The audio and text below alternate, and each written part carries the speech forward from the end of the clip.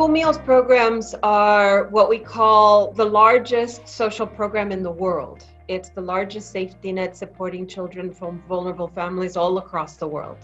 And people in the US might be very familiar with this. The school lunch program is really important for children from poor households all across the States. The same is true in Europe and in most of the developed countries.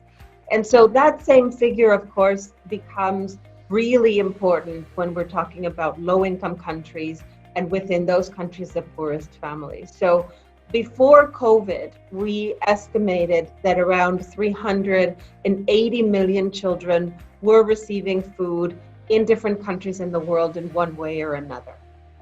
And as we were talking about before, most of those children now are not receiving the programs because the schools are closed. What we would like to see is a return, a reopening of schools, and when those schools reopen, meals restored to those children so that they can come back. The World Food Program supports 70 countries, around 70 countries with their own programs.